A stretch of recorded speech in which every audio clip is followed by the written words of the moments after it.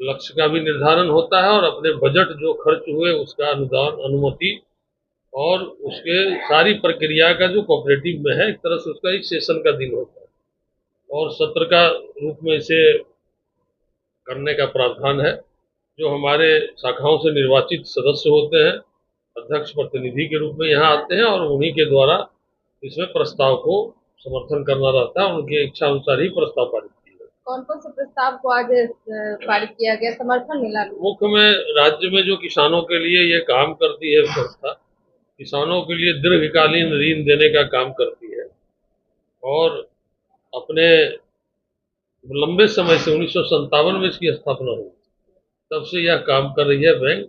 और इसलिए हम लोगों ने एक वो प्रस्ताव किया, दूसरा प्रस्ताव लिया कि राज्य सरकार से भी इसमें आर्थिक सहयोग देने के लिए उनसे भी प्रस्तावित जो किया गया है उसका भी इसमें अनुमोदन किया। सर, सहकारिता विभाग के द्वारा जो लोन दिया जाता है किसानों को, बहुत सारी ये है, उनको मांग है कि जो लोन है वो माफ किया जाए।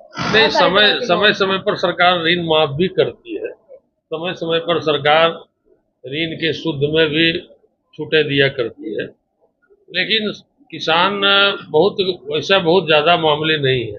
किसान लोन लेती है तो किसान बड़े तरीके से अपने ऋण को चुकता भी करती है अपने काम को करके, इसलिए बहुत कम वो ऐसा है लोग अपने से भी ऋण अदा करने की। बिहार में ये बीमारियां कम है, बिहार में किसान अपने से भी ऋण अदा करते हैं। लेकिन सर, अभी कुछ दिन पहले ही जो किसान थे महापंचायत लगा के बैठे हुए थे धरने पर, कह रहे थे कि उनको जो पेंशन मिल रहा है वो कम है, ऋण के लिए जो साहूकार है वो अनाज पर टैक्स लेते हैं, मतलब कि बहुत सारी तरह की समस्याओं को नहीं, वो तो कभी कभी हाथ आएगी इसलिए कि किसानों को आपदा भी झेलना रहता है। तो जब आपदा में किसान आएगा तो किससे गुहार करेगी? गुहार तो सरकार से करेगी ना, इसलिए सरकार से उनकी विनती तो होनी रहनी चाहिए और सरकार को किसान को सहयोग करना भी चाहिए।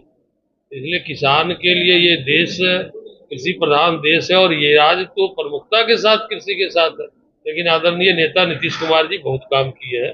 हर खेत को पानी देना, किसानों को जो फसल उपजाते हैं उसमें समर्थन मूल्य का देना और अन्य सेक्टरों में उन्होंने कृषि और सहकारिता में बड़े काम